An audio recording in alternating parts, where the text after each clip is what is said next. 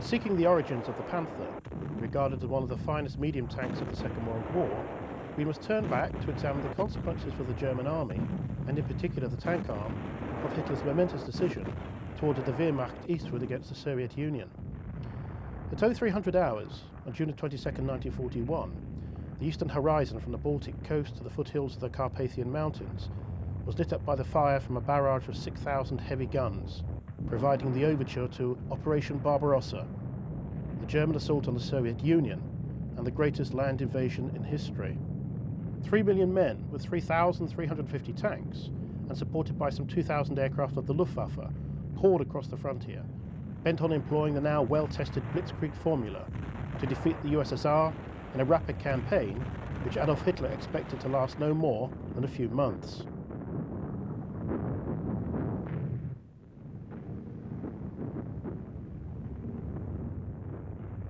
The dictator of Nazi Germany viewed the Soviet Union with derision, claiming its image as a powerful modern state was a sham. He said, "We have only to kick in the front door and the whole rotten structure will come tumbling down." Such delusion, while grounded in the first instance on his anti-Semitic, anti-Marxist and overtly racist philosophy, which reduced the Slavs, and thus the Russians, to the level of mere subhumans in the Nazi worldview, was also heavily coloured by a German intelligence analysis of Soviet military and economic power that was profoundly flawed.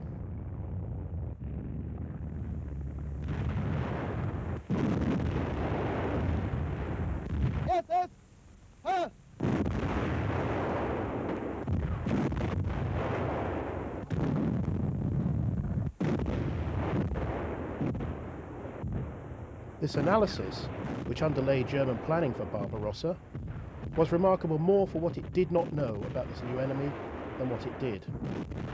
Thus, numbers of aircraft and tanks in Soviet service were not known, figures proffered being mere guesses. Little was known of the Soviet order of battle, or of the detailed organisation of Soviet military formations, nor had the Germans any inkling of the profound changes wrought on Soviet industry by the five-year plans, and thus of the potential of the USSR to fight a prolonged war.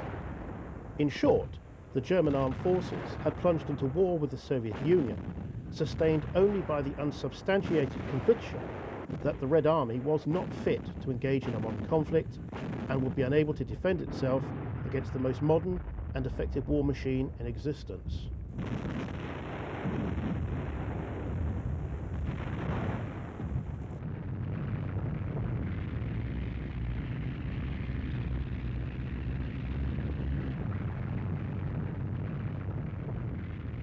And yet, all that happened in the opening months of the campaign seemed to substantiate German beliefs about the state of the Red Army and the nature of the Soviet state. Unbeknown to the Germans, however, they had chosen to attack at the worst possible moment for the Soviet Union. The Red Army was not only attempting to recover from the impact of the devastating effect of the purges that had decimated the Soviet officer corps, but also from the shame of its performance in the winter war against Finland. In June 1941, it was also in the throes of massive internal change, including a huge re-equipment program.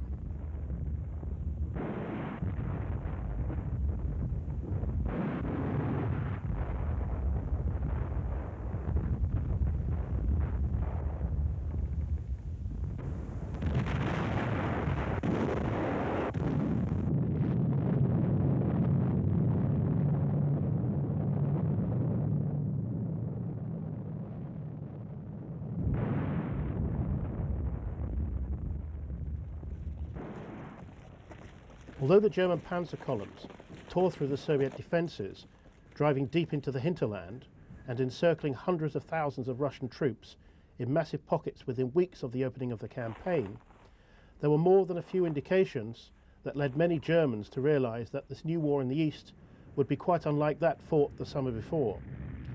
One officer in the 18th Panzer Division wrote, "There was no feeling, as there had been in France, of entry into a defeated nation. Instead, there was resistance, always resistance, however hopeless." Indeed, even Hitler sensed as much, telling Mussolini that Soviet soldiers fought with truly stupid fanaticism, with the primitive brutality of an animal that sees itself trapped. While the Führer, no doubt, saw such as confirming evidence of the subhuman nature of the Russians, even he could not have missed that these same subhumans had already killed over 100,000 German troops in the opening weeks of Barbarossa, more than in all the previous campaigns combined.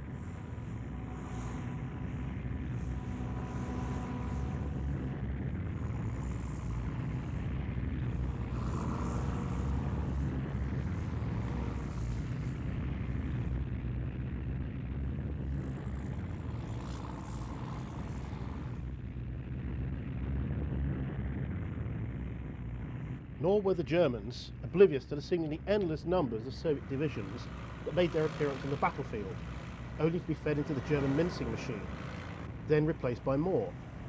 By the end of July, the Germans had already identified more Soviet divisions than they estimated the Red Army possessed. The Soviets were profligate with their manpower, but in the face of the rapidity of the German advance and their unpreparedness to cope with blitzkrieg, they had to trade lives and space for time. Thousands and thousands, then hundreds of thousands of prisoners were taken. One German soldier later recalled, "The earth-brown crocodile slowly shuffled down the road towards us. Prisoners of war, Russians, 6 deep. We couldn't see the end of the column. As they drew near, the terrible stench which met us made us feel quite sick. We made haste out of the way of the foul cloud which surrounded them. Then what we saw transfixed us where we stood, and we forgot our nausea." Were these really human beings, those grey-brown figures, those shadows lurching towards us, stumbling and staggering, moving shapes at their last gasp, creatures which only some flicker of the will to live enabled them to obey the order to march?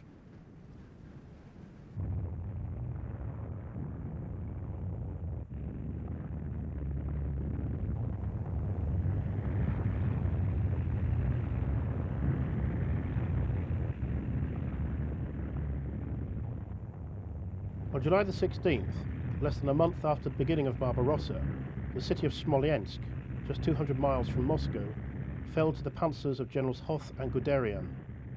In their drive eastward, German armour had brushed aside or destroyed large numbers of Soviet tanks. Guderian had estimated before the start of the campaign that the Red Army possessed a tank park of about 10,000 machines, and this was the benchmark accepted by the army. However, it was becoming all too clear that this figure was much too small, and that the real figure was in excess of some 20,000 tanks. Hitler later stated to Guderian that had he known Russian tank strength to have been as large, he would have seriously reconsidered his decision to invade Russia. Numbers, though, did not equal quality. By far and away, the bulk of Soviet armour was obsolete. Most of the designs dated back to the early 30s, drawing heavily on foreign designs. What the newsreels show the most of are wrecked and burning T-26s, T-28s, T-37s, and light tanks of the BT series. None mounted a gun larger than 45mm, and all had thin armour.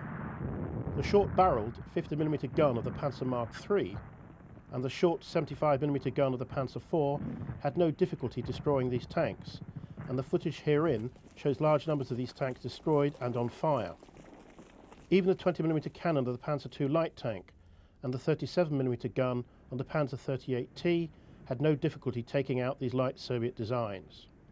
Even the large and impressive T-35 multi-turreted tank seen here was highly vulnerable to German fire.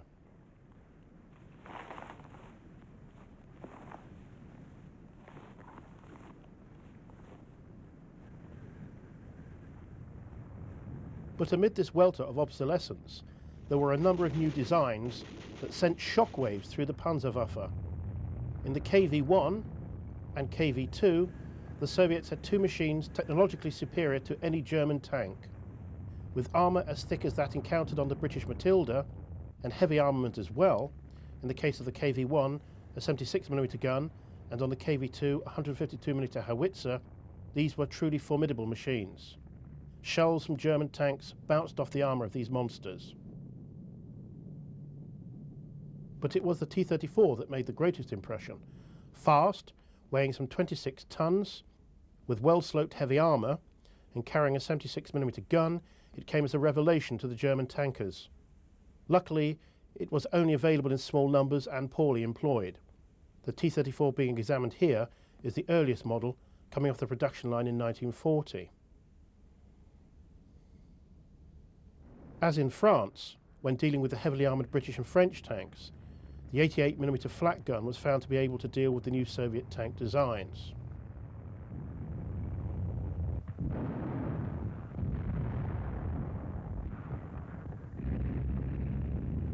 German infantry found other methods for destroying T-34s and KVs. Satchel charges were placed on the Soviet machines, although this required great nerve, as a soldier had to run up to the tank in order to deposit the charge on the engine deck or wedge it below the turret overhang.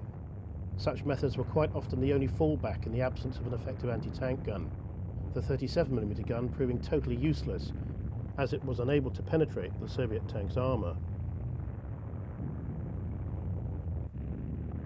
It was only with the launch of Operation Typhoon, the German offensive to capture Moscow, in late September 1941, that the T-34 became a real threat to the Panzers. With the onset of the Rasputitsa, the period of rains before the start of winter, and which turned Russian roads into quagmires, the German Panzers sank up to their axles because of their narrow tracks, whereas the T-34 coped with the conditions because theirs were much broader. At Midzensk on the 4th of October, T-34s operated in large numbers for the first time, inflicting heavy casualties on the Panzer IIIs of the 4th Panzer Division.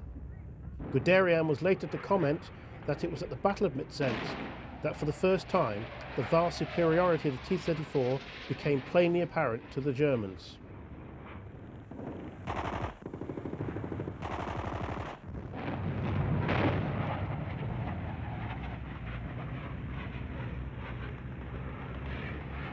And when Typhoon finally ground to an exhausted halt at the beginning of December, large numbers of T-34s belonging to the fresh divisions and trained from Siberia led the Soviet counteroffensive in front of Moscow on December the 5th, 1941. By then it had become apparent to the German army that it had to take steps to address the clear technological superiority and tank design possessed by the Soviets and represented in the T-34.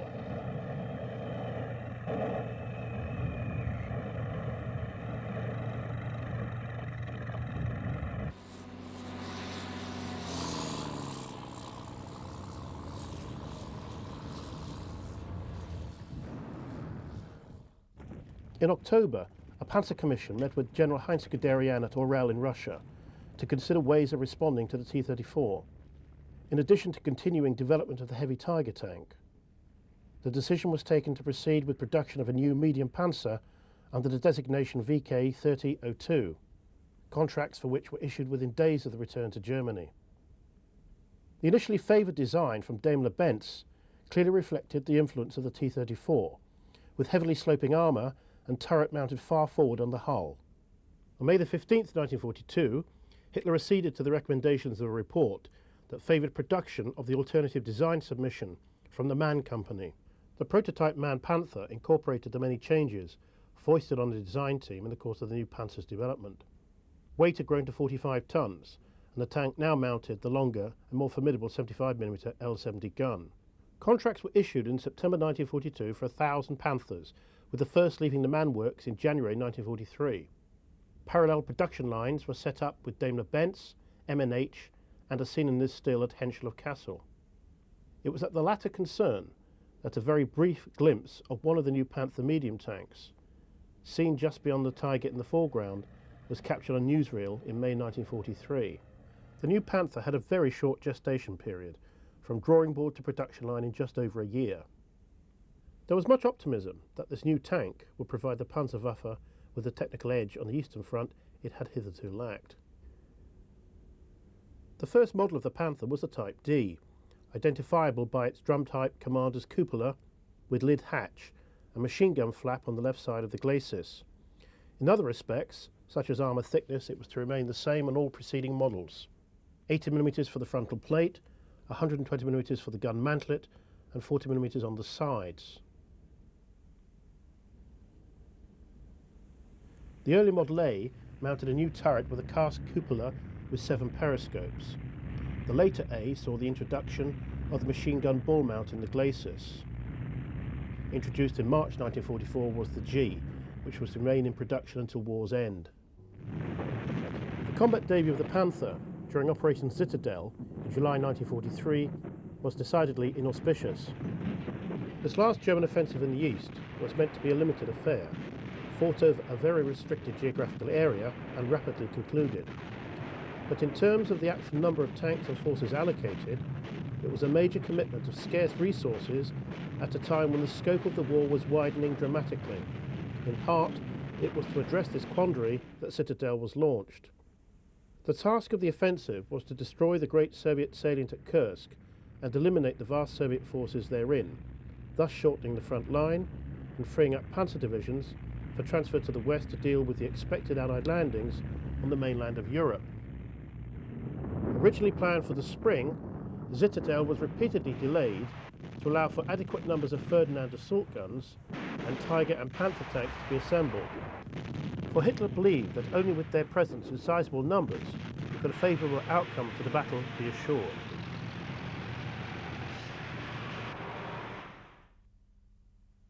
No footage exists of the approximately 200 Panthers committed to the offensive.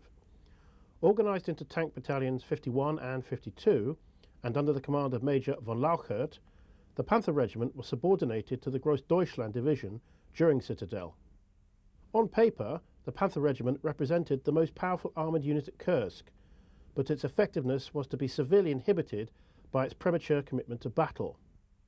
Although raised at the beginning of 1943, the two battalions suffered so many problems with their Panthers that most of them were returned to the factories for overhaul or rebuilding. Guderian, now Inspector General of Armoured Troops, called the Panther our problem child, for it was a maintenance nightmare, the inevitable fruits of a very hasty development and production schedule. Even the crews did not receive the time to fully train on their new charges. 5 days into the offensive, there were only 10 Panthers operational. Although just 25 had been destroyed, 100 had broken down. While the frontal armour had proven effective, the 40mm side armour was shown to be vulnerable to Soviet anti-tank fire, many Panthers being lost in this fashion. Nevertheless, the 75mm gun was shown to be highly effective, destroying T-34s at 3,000 metres. As the production tempo increased, more Panther battalions were being raised and hastily deployed to combat the growing power of the Red Army, which, having wrested the military initiative at Kursk, was in the months after the battle pushing the Germans back all along the southern part of the front. By October, there were 5 Army and SS Panther battalions in action in Russia, with others coming on stream in November. The furious pace of operations and continuing technical problems led to high losses, and of the total of 841 Panthers deployed to the Eastern Front in 1943, only 80 out of an available 217 were actually operational on December the 31st, some 624 machines having been lost in combat since July. Nevertheless, it was only in March of 1944 that Guderian declared the Panther fully combat capable. Throughout the winter of 1943-44, the Red Army launched a series of hammer blows against Army Group South, whereby the German lines were frequently breached. The Panzer divisions found themselves in the role of fire brigades, rushed from one point to another to contest each new Soviet breakthrough. Extemporized battle groups comprised of elements from different units, with integral all-armed support were often raised to deal with such contingencies. One such was Heavy Panzer Regiment Becker, which had 47 Panthers and 34 Tigers, and was employed as the point of an armoured relief column assembled in early February 1944 to punch a corridor through to 60,000 German troops encircled around Cherkassy. Mid-March 1944, 4 Soviet rifle divisions, supported by a number of tank units, encircled the German battle group under the command of SS Gruppenführer Herbert Giller in the town of Kovel, a major rail centre for European Russia and of great strategic importance to both sides. A relief force was assembled by the Germans, which included elements from the 4th Panzer Division and was led by a company from the Panther Regiment of the 5th SS Panzer Division Viking, under the command of Obersturmführer Nicolaus Lech. The German attack was hampered by the boggy ground that surrounded the town and which made for excellent defensive cover for the Soviets. The only firm ground available to the Panthers, lay on the upraised railway embankment which led into Kovel. At 0400 hours on the 30th of March, Nicolaus Lech advanced along the embankment with 9 Panthers, but then almost immediately lost 2 to mines. The mines were cleared by following infantry, but it was not until the evening that the Panthers finally broke into the town to strengthen the defenders. For his leadership, Nicolaus Lech was awarded the Knight's Cross. A number of Panthers had been abandoned along the embankment, victims of mines and Soviet anti-tank fire, including this Befehlspanther, or Command Panther, identifiable by the second aerial mounted on the rear of the hull. After the battle, the Germans used captured Soviet prisoners to help recover the knocked-out Panthers, most of which were repaired and returned to service. Also recovered were the bodies of the dead crewmen, who had been so rapidly interred in the sandy soil between the railway lines alongside their abandoned charges.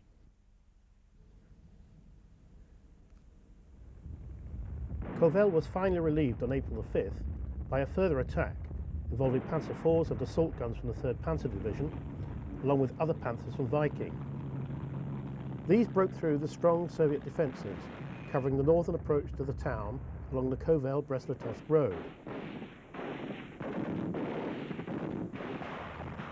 Anti-tank positions were destroyed and overrun, and Soviet tanks, including American Shermans supplied under Lend-Lease, were knocked out on the drive into the town.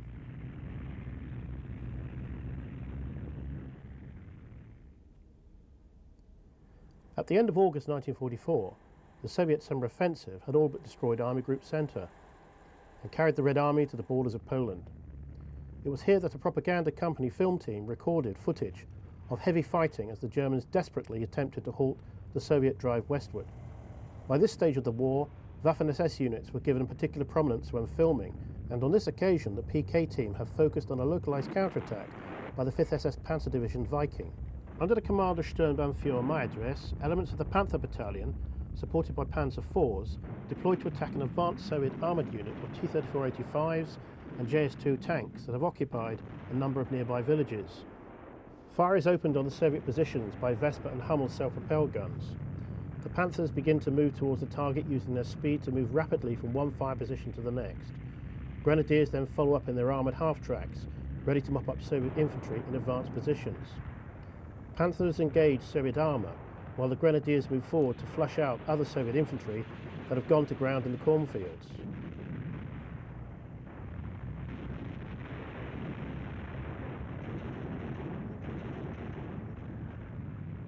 As the infantry advances through the first burning settlement, SS Gruppenführer Giller, commander of the 4th SS Panzer Corps that carries his name, holds a rapid orders group to determine the next objectives of the unfolding attack. A reconnaissance detachment of Volkswagen Schwimmwagens and 1-ton half-tracks move out to scout ahead of the infantry, who now fan out across the wide and unbroken wheat and maize fields. Half-tracks follow up advancing Panthers, who roam across the fields completely devoid of any cover.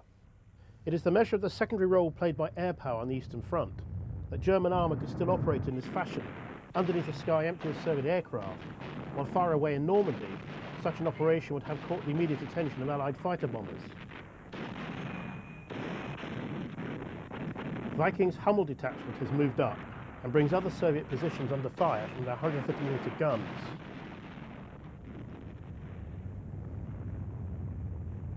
Panther commanders now scan the next village to determine targets and tactics.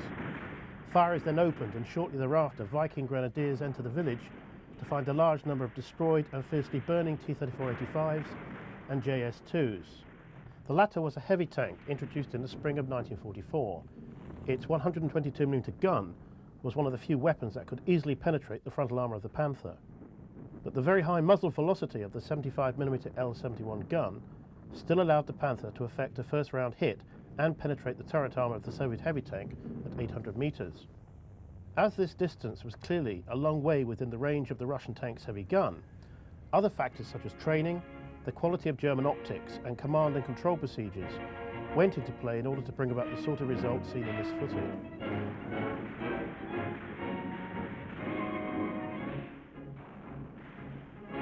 Even though German armoured units continued to inflict heavy casualties on the Soviet tank arm, they were never enough to dent the immense numbers being turned out of Soviet factories to replace them.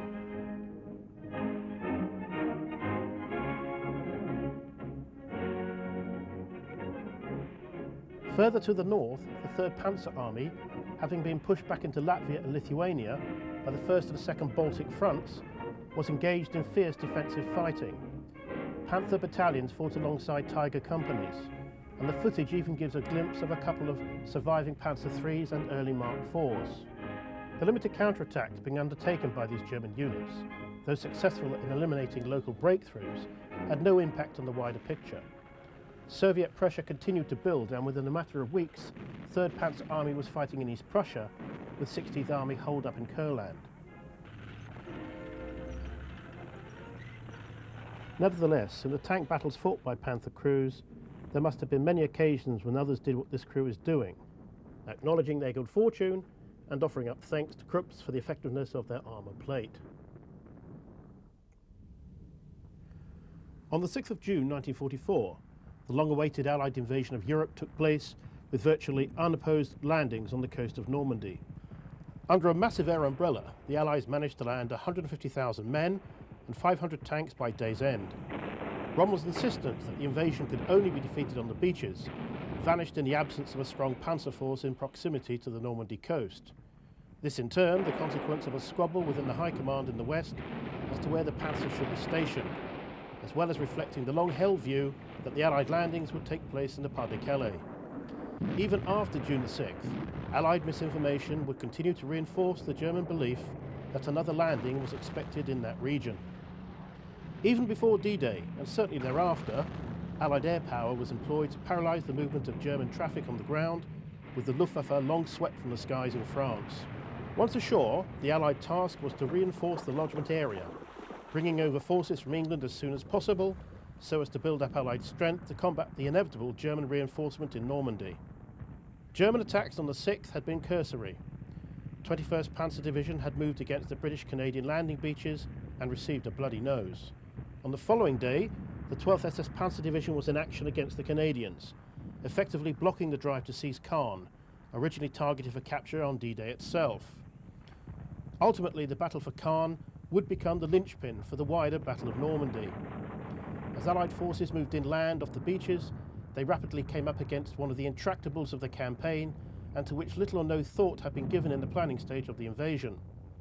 If the Normandy beaches were chosen for their suitability for mass landings, the countryside inland from the beaches was ideal for defence. The hundreds of small fields, divided by centuries-old, high-banked and almost impenetrable hedges, punctuated by copses and small forests, known to the locals as the bocage, made forward movement in the face of a spirited enemy extremely difficult.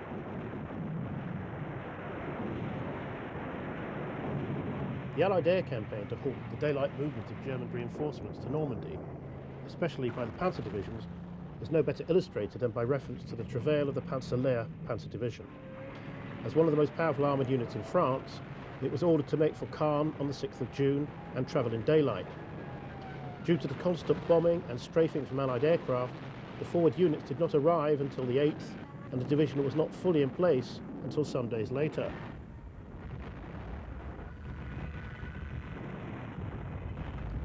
This experience was to become a common one, with divisions forced to travel at night and lay up in forests or under the trees in the daytime. The massive use of Allied air power for this purpose led to the extensive destruction of many towns and villages on the approaches to the Normandy battlefield. Along with the Tiger, the Panther was the most powerful tank in Normandy, with a total of 484 sent into action in June and July. In theory, the 1st Battalion of every Panzer regiment should have been equipped with Panthers, but this was not the case, with just 7 out of the 10 Panzer regiments in Normandy being so equipped, and with the majority of these belonging to the Waffen-SS. The bulk of Panthers in Normandy were the A model, with a smaller number of Gs and a few Panther Ds. The Allies rapidly came to fear the Panther, for although it fired a lighter shell than the 88mm gun of the Tiger, its extremely high muzzle velocity allowed it to take out any Allied tank at long range. Shermans, Cromwells and Churchills were all easy targets at 1,000 yards.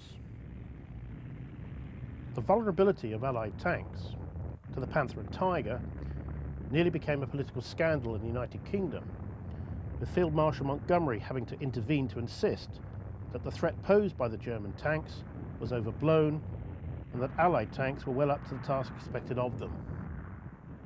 While such a view may have been acceptable for official consumption, Allied tank crews remained extremely sceptical. Many Allied tanks now began to carry extra armour in the form of welded-on track shoes. It was, however, discovered that a Panther could be killed by getting close enough to get in a shot on the lower part of the gun mantlet. The tank shell would then ricochet downward to break through the thinner hull top armour above the driver and machine gun operator.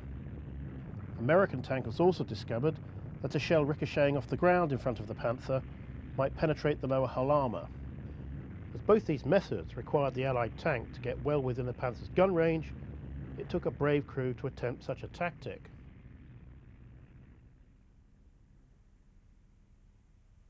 Only the Sherman Firefly, a conversion undertaken by the British, whereby they replaced the low-velocity, short-barreled 75mm gun of the Sherman with a modified version of their own 17-pounder anti-tank gun, gave the Allies a tank that could penetrate the 80mm frontal armour of the Panther at combat ranges.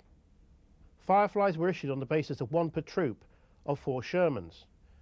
Naturally, Panther commanders attempted to target the Fireflies first in any British tank attack, the long 17-pounder barrel being a unique recognition feature.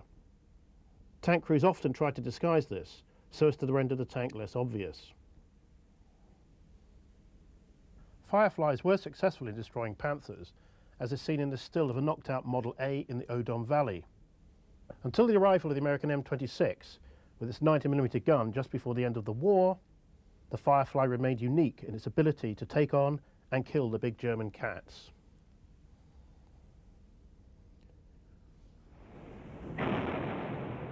Even Panthers could not withstand the mighty explosive power or blast effect of the heavy shells lobbed inland onto German positions with unerring accuracy by the heavy guns of naval vessels lying off the Normandy coast. With calibers ranging up to 16 inches, the effect of one of these shells falling alongside a Panther was enough to flip the 45-ton Panzer onto its back. Movement of German armour was very often targeted by such means, with similar results. Fighting among the hedgerows was very much the opposite of the conditions for which the Panther was designed. The difficulty in moving in daylight meant that tanks in effect functioned as mobile pillboxes. In such circumstances, the smokeless powder and very low muzzle flash of the Panther made it difficult to spot to oncoming Allied armour. Throughout the fighting in Normandy, most footage shows Panthers very heavily camouflaged, with masses of foliage covering the machines. Indeed, the skillful provision of such became quite literally a matter of life and death for all Panthers in Normandy.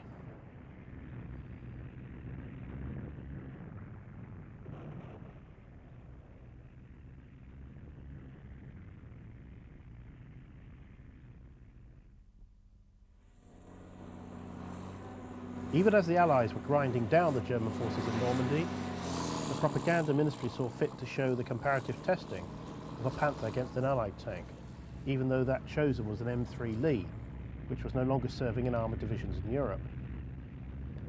Naturally enough, the footage clearly revealed the superiority of the Panther. One can only assume that the ministry had determined that, having seen this film, German civilians would go home to their beds confident that the fate of the Reich must be assured the army possessed such superior weapons.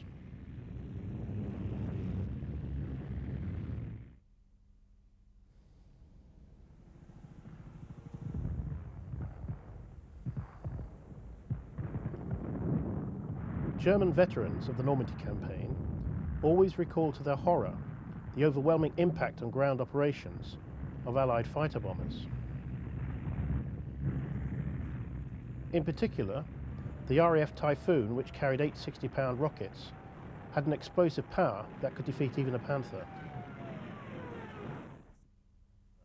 Although only a single battalion of the Jagdpanther served in Normandy, it made a very singular impression. Designed as a heavy tank destroyer, employing the Panther chassis, the Jagdpanther mounted a version of the 88mm Pak-43 heavy anti-tank gun that also equipped the Tiger II heavy Panzer, which saw service in Normandy. The 88mm Pak-43 had been employed by the Army as an anti-tank weapon since 1943. Although large, heavy and cumbersome, its very high muzzle velocity was able to defeat any known Soviet and Allied tank at ranges of up to 3,000 meters. The fighting compartment of the Panther had been designed by extending upward the side plates and upper hull of a standard Panther tank. Just 392 were produced in total, supply never being able to meet demand. Footage of these vehicles is very scarce, this Panther being filmed on the Oder in 1945. This Panther, found abandoned, minus its tracks, along with two others, had ambushed a squadron of Churchill tanks belonging to the 6th Guards Tank Brigade on the 30th of July in Normandy. Within the space of a few minutes, 10 Churchills had been knocked out. In the melee, British tanks knocked out 2 of the German tank destroyers. Although German opposition remained fierce right through July and into August, the breakout of the American forces from the Cotentin Peninsula and the drive by Patton's Third Army across the rear of the German position in Normandy opened up the prospect of the Allies effecting an encirclement of the Army of the West. As the British battled south towards Falaise, in the face of desperate German resistance, the Americans took Argenton. The Allied pincers did not close around Falaise until the 18th of August, and in that time substantial German forces had slipped away, but most of the heavy equipment had been abandoned. Those German forces trapped in the pocket were subjected to heavy artillery and tank fire from British, Canadian and Polish forces on the northern edge of the encirclement.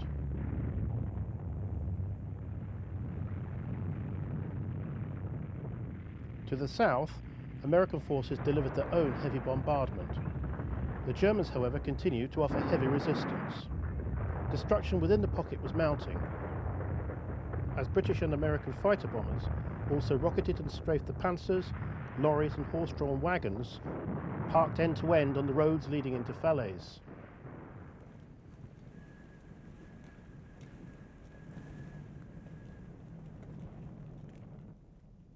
Very few of the Panthers survived the destruction, and their fate, as abandoned, smouldering and blackened hulks, was recorded by Allied cameramen after the surrender of the German forces in the pocket.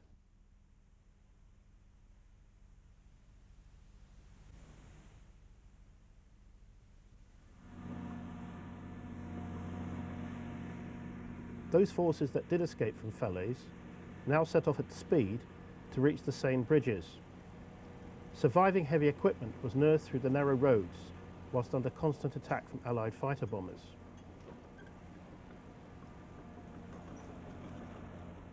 A few Panthers, and these Panthers of Battalion 654, escaped the pocket, but having reached the river, discovered that Allied aircraft had already destroyed the bridges, able to carry the weight of their heavy armoured vehicles.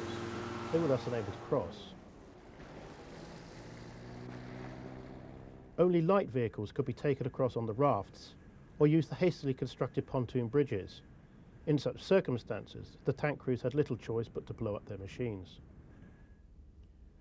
It is only towards the end of the war that footage of the Panther in action becomes more common on newsreels. This is both a reflection of the greater number of these Panthers in service by this time and a marked decline in the numbers of Tiger 1s and the very small number of King Tigers serving in the heavy tank battalions. These units had formerly been of particular interest to the propaganda department, as there had been a deliberate policy of depicting them to the German public as elite units. These Panther A's are some of the 60 on strength, with the Hermann Göring Panzer Corps when filmed in combat sometime between the 15th of October and the 4th of November 1944, when the Red Army launched its invasion of East Prussia by a thrust between the towns of Gumbinnen and Goldap. The German response was to launch a limited concentric counterattack to seal off the Soviet drive into the East Prussian hinterland, with the Hermann Göring Corps and the 39th Panzer Corps thrusting into the flanks of the 11th Guards Army. In conditions of local air superiority, Luftwaffe Stukas proceeded to bomb the advancing Soviet armour, with the Panthers following with their own attack. While it is clear the Panthers inflicted heavy losses on the Russians, it must always be borne in mind that it was a feature of the propaganda function of newsreels that the PK camera teams never showed any destroyed German armour or dead German soldiers. Following the Soviet invasion of Romania by the forces of the 2nd and 3rd Ukrainian fronts in August 1944, the limited armoured forces available to the Germans fought desperately in the face of the overwhelming strength of the Red Army. The destruction of the German 6th Army opened up the whole of Romania and the Hungarian plane to the rapidly advancing mobile forces of the Russians. The blunting of localized Soviet thrusts by Panther units could not, in the end, have any major impact on the wider picture, whatever the particular technical skills displayed by the crews in bringing them about. Throughout the late autumn of 1944, Panther units belonging to the 4th Panzer Army in southern Poland were in almost continual action against the ever-advancing Soviet forces. Almost all footage from this period reflects the continual cycle of retreat, regroup, and limited counterattack to seal off local breakthroughs. If the Panther had a swan song on the Eastern Front, then it lay with those that participated in the series of aborted German attacks around Lake Balaton in Hungary between February and March of 1945. On the 18th and 19th of September 1944, units of the 5th Panzer Army, which was but a pale shadow of the strength implied by its designation, was directed to attack and seize the town of Lunéville in the Moselle River in eastern France, in order to stop the advance of Patton's 3rd US Army towards the German border.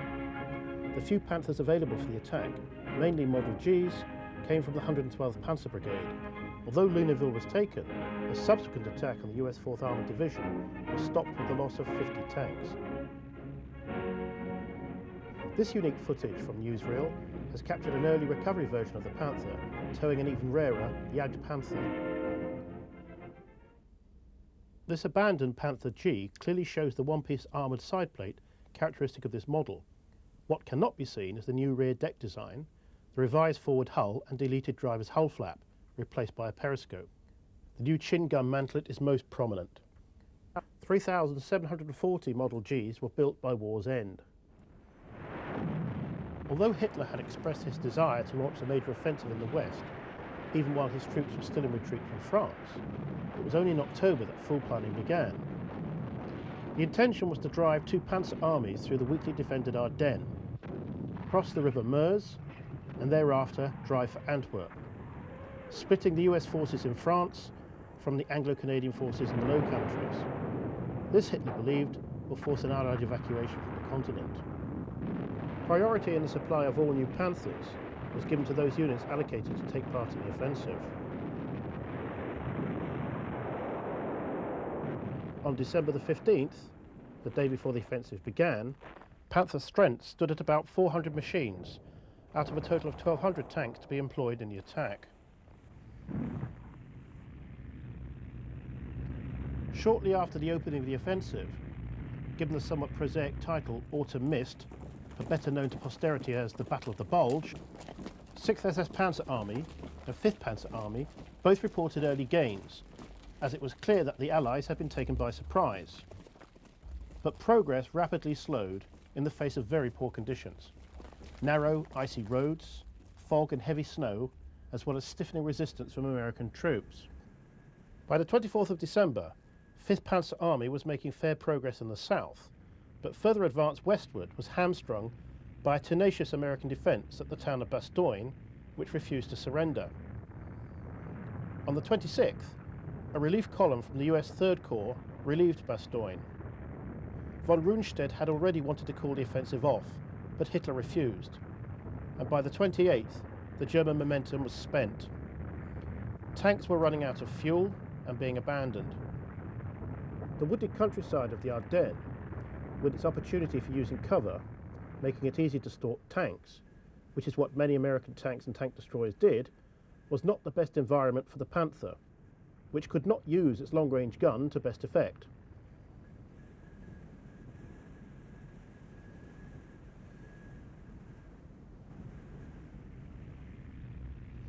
As the bulge contracted eastward, under US and British pressure, the surviving Panthers carried out a fighting retreat.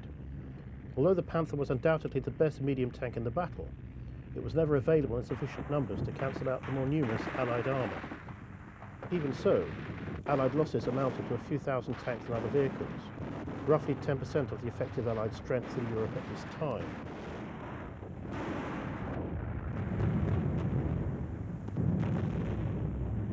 In early January, with improving weather, the Allied fighter bombers were out in force and Panzer losses increased. By the time the offensive was closed down, nearly 200 Panthers had been written off to all causes. Total German losses in the Battle of the Bulge amounted to about 600 tanks. This late model Panther G, identifiable by its chin gun mantlet and raised engine fans on the rear deck, was knocked out by US forces at Hotten in Belgium on the 26th of December 1944. Unlike the previous Panther, which wore the ornate ambush camouflage scheme, the crew of this late Panther G made at least some attempt to whitewash their vehicle for the snowy conditions of the Ardennes. The blackened turret suggests that this Panther suffered a severe internal fire. This late Panther G was knocked out from the rear by a US Army tank destroyer, the subsequent internal fire being sufficiently fierce to weaken the torsion bars with the result that the suspension has collapsed. The fire has left the rest of the Panther a blackened hulk. The Allied advance into Germany from March 1945 was rarely opposed by any significant German forces. With the encirclement of the 5th Panzer Army, 5th Army and the remaining 19 divisions of Field Marshal Model's Army Group B in the Ruhr pocket, very few Panthers were now available to offer concerted resistance. However, small, ad hoc battle groups were encountered by the Allies. Equipped with 1 or 2 Panthers, a surviving Tiger, or a self-propelled gun and crewed by die-hard soldiers, these would offer fierce, local resistance until their fuel and ammunition ran out or they were destroyed. Other abandoned equipment littered the routes of advance, such as this Panther G being examined by a group of US soldiers. The crew had clearly made an attempt to deck out their tank with camouflage to give it some protection from the Allied fighter bombers that rove ahead of the advancing Allied columns, flying at low level and shooting up anything deemed to be a threat.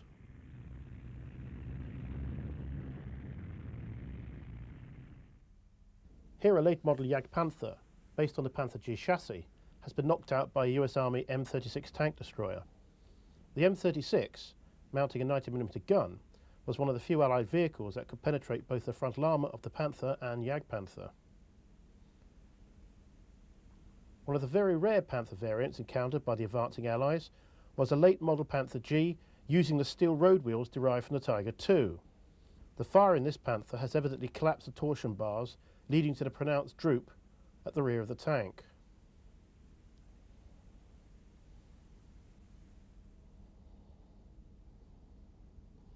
It was shortly before Goebbels closed down the cinemas in Germany and brought to an end the filming for the weekly newsreels in March 1945 that this footage of Panthers in action around Breslau was taken.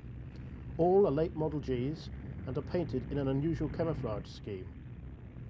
Supported by grenadiers and half-tracks mounting triple 30mm cannon, the Panthers advanced to engage oncoming Soviet armour. One Soviet tank, probably a T-34-85, has been engaged and destroyed at fairly close range.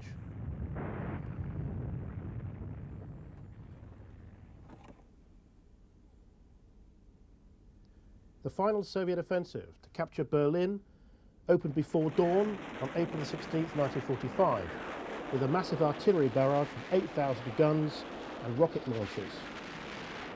These were directed at the German positions on the Zeylau Heights by the forces under the command of Marshal Georgy Zhukov.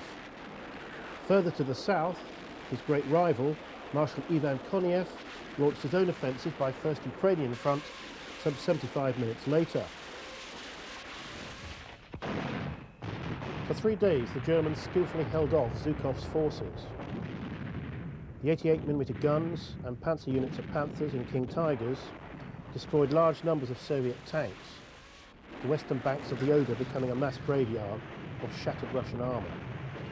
Zhukov, stung by comments from Stalin about the delay in his offensive timetable, lambasted his senior commanders and demanded a breakthrough at any cost. By the afternoon of the 19th, the heights had been stormed and the German forces overrun. The advance on Berlin now began in earnest.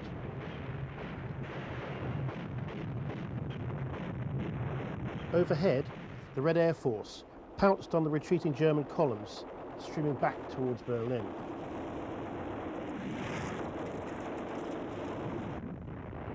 By the 25th of April, the city was completely encircled. A small number of Panthers and other panzers lay within the city to contest the Soviet advance, as the Russians moved in medium and heavy armour in the shape of T-34s, JS-2s and supporting ISU 122 and 152 heavy assault guns. By the 30th, the Soviet 150th Division had fought its way to the Reichstag, which was defended to the last by fanatical troops from the SS, assisted by Volkssturm and Hitler Youth.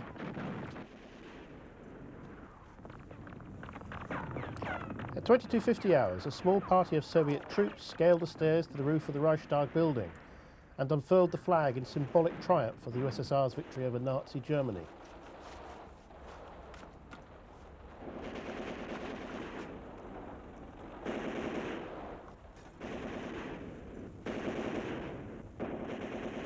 Hitler was dead, and on the 2nd of May the Germans in the city surrendered. Berlin had fallen.